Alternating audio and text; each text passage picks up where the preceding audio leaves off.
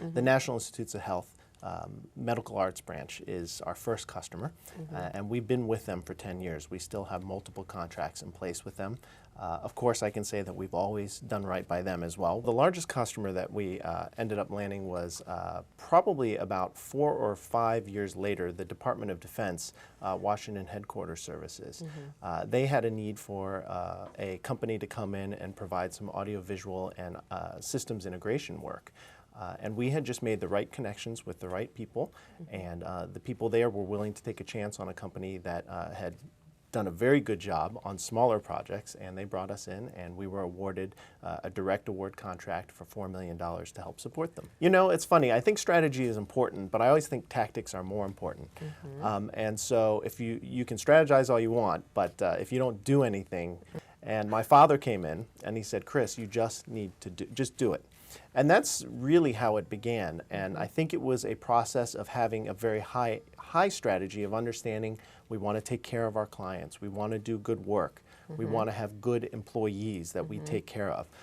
That was more of the background strategy, and the rest was sort of figuring it out as we went along. And what you find is that people get used to doing things in a certain way. And if there's a small group of you, you can just all work that out together and not have any process. But as you get larger, you need to build that process. And if people are not used to that, they can be resistant to the changes that your organization has to go through. I think the other large growing pain that everyone encounters is financing. We have large equipment buys where we have to put the money out in front. The federal government is a great client. They always pay, but sometimes it takes a while.